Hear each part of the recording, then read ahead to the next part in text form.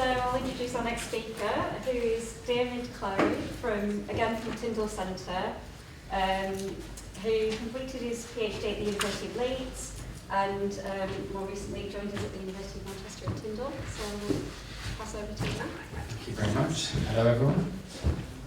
Let's just move it on to the start. There we go. Hello. Thank you for the introduction. Nice to be here. Hopefully that works. I'm going to be talking about the social license to operate in the UK industrial clusters, as Muir has nicely alluded to, and kind of given a little intro into what we're talking about and the kind of the uses and the benefits of that. I was working on this project with Claire Goff, and she's not here today, but Sarah Amanda has also been involved in this. So we're kind of a team of Tyndall researchers that are working in this space. I'll get going. It's part of IDRIC, but also kind of UK CCSRC, so that's where the funding is coming from, as a bit of background. This overview here just gives a little bit of understanding of why I'm talking about industrial clusters. The image on the left here is a bit of a kind of heat map of the UK and where point source emissions within the UK are happening. And it kind of, from that diagram, we can see that there are these kind of red hotspots, and they are sensible areas to focus our efforts if we want to reduce emissions from point source emissions in the UK. And from that, we've created this image on the right, which is these clusters that have been alluded to. And in the UK currently there's kind of 6 clusters, and the idea there is that these are, again, releasing a lot of CO2. The CO2 is coming from a range of different sources. Can be glass, can be cement, can be steel. We've heard a lot of different sorts of examples of those today. Particularly in the UK, these are happening in these areas, and these are the kind of 6 focus points of our work. And IDRIC, which is the Industrial Decarbonisation Research and Innovation Centre, I'll say that again, is focused on decarbonising those areas. So that's why we're talking about those. The UK government has committed to funding 2 of these clusters by the mid-2020s, so that's pretty close, and 4 of them by 2030, with the kind of plans to kind of capture 20 to 30 million tons of CO2 per year by 2030, and they've repeatedly kind of backed that up in their kind of policies that they're forming. So these clusters, how we decarbonise these areas is primarily through kind of the use of hydrogen and CCUS, and that is how the UK is kind of going about its plans for decarbonisation. There is some space maybe for kind of a bit more electrification in these clusters, but we'll get on to some of that. An example that's quite close to home, the most close cluster to here, we can see Manchester at the top right of that image. This cluster is the northwest cluster, and this hopefully gives a bit of an overview and an understanding of how they're planning to decarbonise some of these areas. So we can see in the middle here, that kind of middle big white dot, the plan is to produce a hydrogen production facility. That is based on kind of steam methane reforming, where we're taking gas from Liverpool Bay, and we are going through a process to turn that into hydrogen. That is known as blue hydrogen, where we attach CCS, carbon capture and storage, and we essentially separate out the CO2 and put that back into Liverpool Bay in the kind of the gas field that was previously used to export gas, putting the CO2 back down there where it came from. So that's the process, and that's how we're doing it. The idea here is that we produce a fuel, so replacing gas with hydrogen, which doesn't release CO2 into the atmosphere. So when you burn hydrogen, as we've heard earlier, with cement and these sorts of processes, you do typically need kind of a very high temperature to make these processes happen. So we need a way to make that high temperature but a cleaner fuel. So hydrogen, when you burn it, it just releases water vapour into the atmosphere. So that's why we're doing it. It focuses on typically kind of a hydrogen economy, but also lots of different people are involved in that, and I guess that's why we're kind of part of this session, focusing on external collaboration. These are just a few of the kind of companies and organisations that are involved in this, so we've been kind of reaching out to them to see how they've gone about creating these plans, and really trying to understand how they see these plans playing out. Now, what is social licence to operate? Firstly, it's kind of just a kind of level of support for a project. Some of you may have heard of other similar trials around kind of fracking or hydrogen trials that have kind of failed in this area recently. So this makes it a really important kind of case study to kind of study what people think of these industrial clusters and how they're going to be perceived by the public, by also the stakeholders that are kind of creating them, the government that is also funding them. So all these different people will feed into this level of support for a cluster. And approaches must be perceived as being kind of credible, legitimate, and trusted kind of solutions to climate change. So they must reduce emissions, but also be perceived as the right way to do things.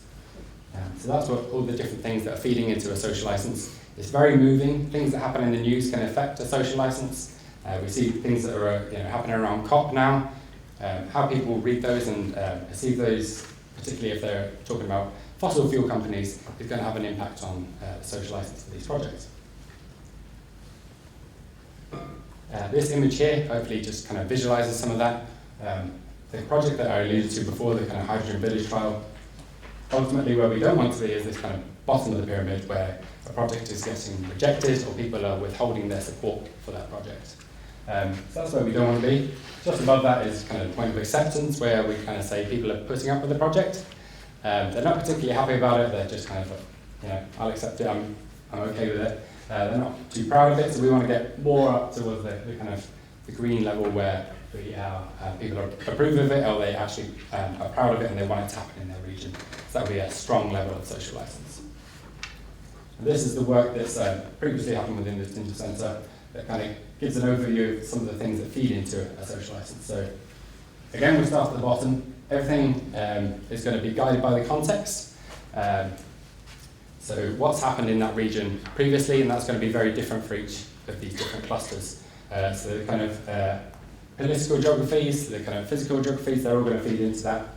And then you have these different pillars that kind of give an overview of the things that contribute towards the social license at different levels. So your stakeholders, what are the existing networks that are in that region, how's the kind of communication around these clusters, what's the learning processes there, the narratives that are being used, how are people talking about these clusters, that's also going to feed into that, and the trust and confidence in the people that are delivering those projects. So that all feeds into social license at different levels, and then you kind of cherry on the top is the fact that it's very moving, it's very ongoing, you will kind of need to kind of keep maintaining it. So that's kind of a bit of the overview of what we're talking about here. Hopefully that explains why we went about the project in the way that we did. So you can see an overview on the right, which kind of is how we engaged. So firstly we engaged with stakeholders, then we had focus groups, that was with members of the public. Those two were last year, and then earlier this year we went back to our stakeholders to present our kind of current findings and see what had changed in the last year since we had engaged with them prior. From those engagements we were looking to assess the kind of conditions for developing a social license. So we're considering the different technologies that I alluded to that are being employed by these clusters. Firstly at cluster scale, but then also kind of a bit bigger nationally.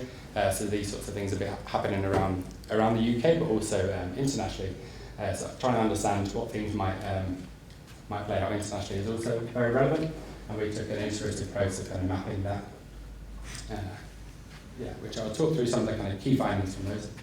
So firstly, from our first stakeholder workshop, there's kind of some key strengths and challenges around the clusters. I should say we didn't just focus on the northwest, we also did the Humber, as Muriel kind of gave an overview of that. So typical kind of things that were similar between the two were around physical infrastructure, so some of the kind of ability to be able to store CO2 is quite important in developing these clusters, but also kind of the industrial heritage. So this industry exists in these places, and that's kind of fundamental, I guess, to why they exist as a cluster. Generally having a common shared vision around the cluster plans is important, and there were some challenges that were identified for future around the availability of a skilled workforce. So there's going to be a lot of jobs that are needed to develop these clusters, and are there actually enough people to deliver these projects alongside lots of other nationally important projects.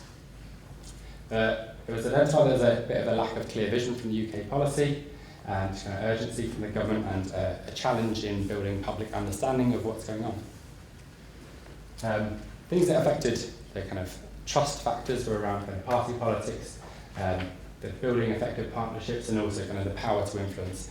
So that specifically relates to kind of oil and gas companies and their kind of perceived motivations to kind of make money rather than, thank you very much, rather than having the interest of tackling climate change. In terms of difference between different clusters, the Northwest cluster, they expressed a bit of a desire to kind of, a strong desire to decarbonise, but a bit more of a challenge around building the public understanding. Whereas the Humber were more focused on kind of business models and those sorts of things, so less focused on the public understanding there.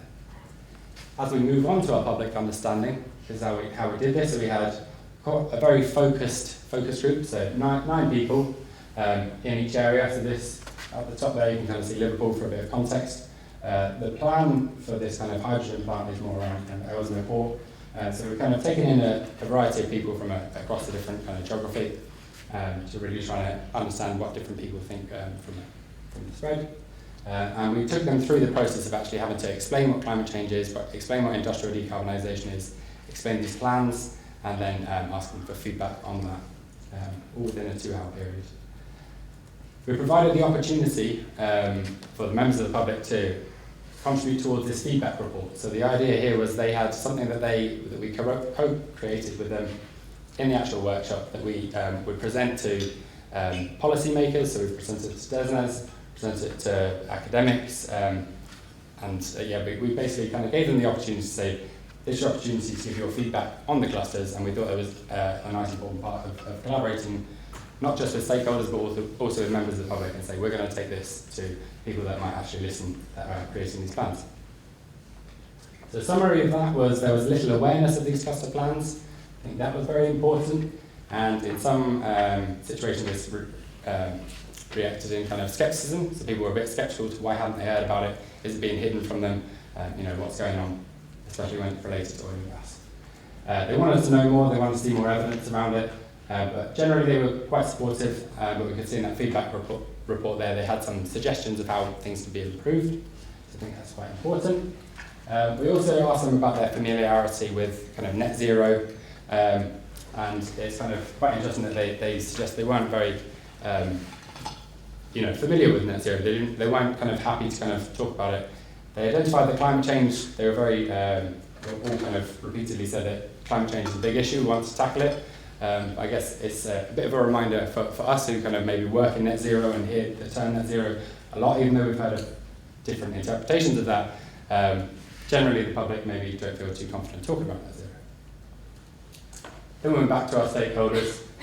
Some kind of key updates there were that there was kind of there's a bit slower in the UK context in advancing things for decarbonisation. Things that happened in other countries such as the US and the EU. They progressed a little bit faster. So the UK was looking a little less competitive there.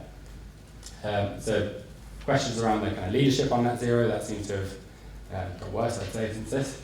And decarbonising isn't currently part of the national debate, so that was kind of identified. I'll quickly back through these, I don't think I have too much time. So across the board, people were agreeing on the need to act on climate change. So that was from our stakeholders, also from our members of the public, that was throughout, so everyone agreed on that. A lack of awareness of the cluster plans, so these things are happening, typically people don't know too much about them, so I think that's quite a key finding. This was seen as kind of something that an area to improve, so people need to be communicating these plans a lot more. There are benefits from this, they kind of can bring jobs and opportunity for a kind of place and industry to thrive. So there are some key benefits from these cluster plans. Need for improvement from the government, specifically around kind of their awarding of government contracts, and that was specifically related to kind of COVID awarding of contracts and how behind closed doors that is. So there needs to be transparency there. Just some reflections on kind of collaborations, as this is the kind of theme of our session. We kind of produce things when we collaborate with people. We always try to kind of give them something back. So I think that's an important part of when you're collaborating with someone, whether that be kind of business stakeholders. They want to get something out of that, but you also want to get something important for kind of the science and the kind of academic side of things. So it's trying to find a nice, happy medium. So I think yeah, just for people in the room, I think it's quite important to kind of think about that when you're trying to collaborate with others. As part of that, we produced cluster reports, which laid out the kind of context for decarbonisation in each area, which we thought would be a useful resource for our stakeholders, but also for other academics in the area. Our focus groups, we took some interesting data from them. We provided them with this feedback report that we have since presented to other people. And we've got some publications out of it, so that's what we get out of it. I think that's enough of me talking, so thank you very much.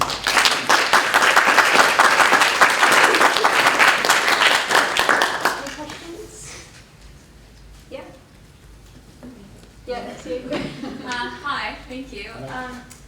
So when you were doing the focus groups, you had to explain all these concepts. Did you ask them anything before you explained it?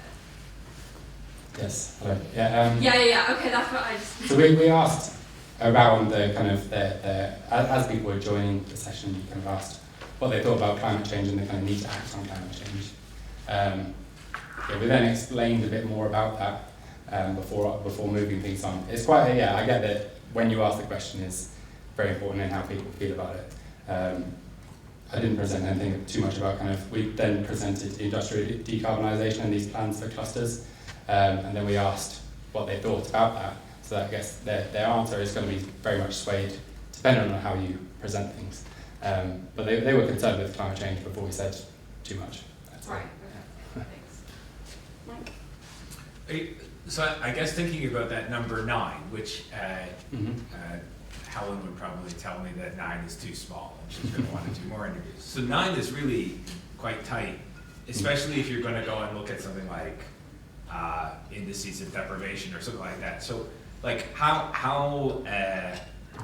confident are you that those stakeholder views are representative? Because often, I work in waste, and oftentimes you see it's the vocal extremes of those two that are actually the squeaky wheels that are either inhibiting or enabling change.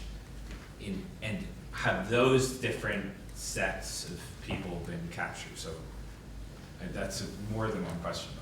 Yeah, good question. Yes, 9 is a small number.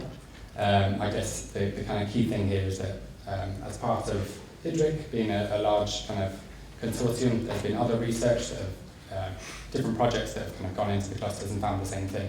There's also kind of existing work from the government before kind of IDRIC even started that found again the same thing. So I guess it kind of maps onto previous findings in a lot of that.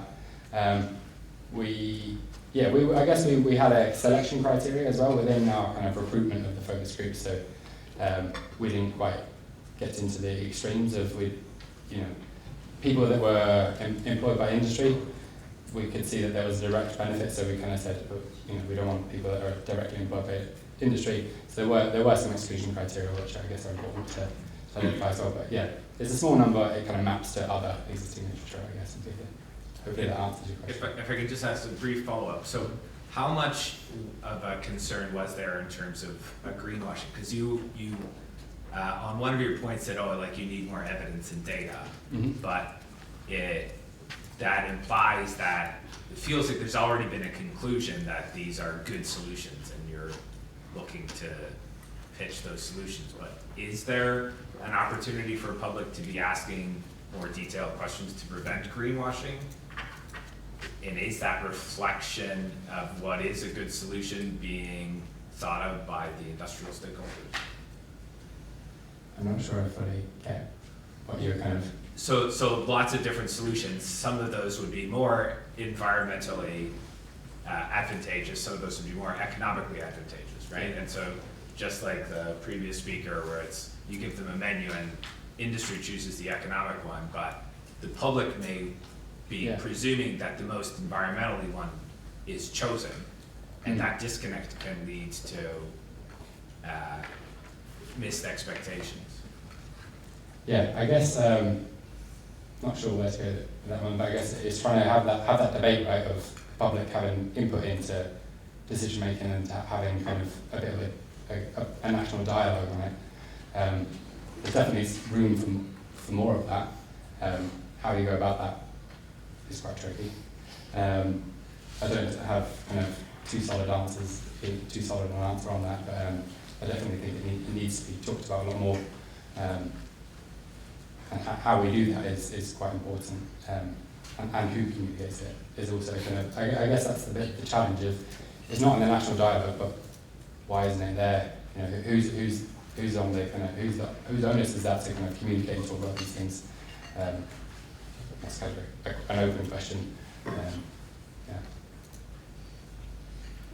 I guess this probably comes because I'm a physical scientist. I used to be, so obviously social sciences is still something I need to get used to. Sure. So I'm just looking at the methodology of this, not only just the number, but in the sense of, especially when giving these reports that potentially will be used to advise in some capacity.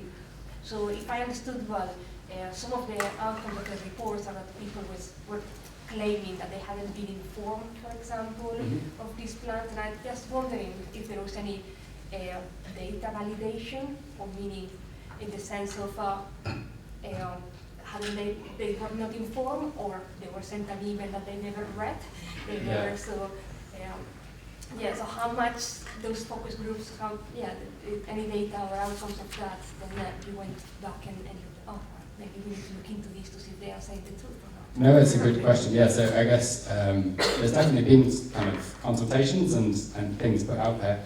Yeah, quantifying that, I guess, is hard. Of like how much effort do you need to put into putting things on and putting events on that people can visit and learn about the cluster plans. Making sure that that's adequate is really hard to kind of, I wouldn't say quantify, but kind of make sure that enough is being done. So a real challenge. But there's definitely been some consultations, especially around there has to be things that are put in place. So kind of when you're putting a pipeline, a CO2 pipeline underground, which they plan to do, there's a statutory obligation to kind of consult the public on that. So those have happened, but we didn't kind of come across anyone that had actually engaged with those. One more question? Yeah, thank you very much. Maybe this is something you already mentioned with the concept of party politics, but I would like to know, based on your the interactions that you had with the stakeholders on the focus group, if you were able to identify some kind of like political bias, like in the stakeholders, like for example, thinking that these kind of projects could be like linked or associated with the Tories or like the Socialists or something like that. Were you able to identify that, and do you think that those kind of like bias are going to impact like the real like feelings that they have towards this kind of projects? It's a good question, yeah, around kind of political bias. We didn't kind of sense any of that. There might have been, I guess it's always the case when one government's in power and another government is. So that, there's a lot of comments around the government that are in power at the time. I guess maybe professionals are quite careful about what they say. But there was no kind of undertone of anything around kind of particular parties, but I'm not sure if that answers your question too much. Maybe we'll catch up after. That's great. Please join me in thanking David.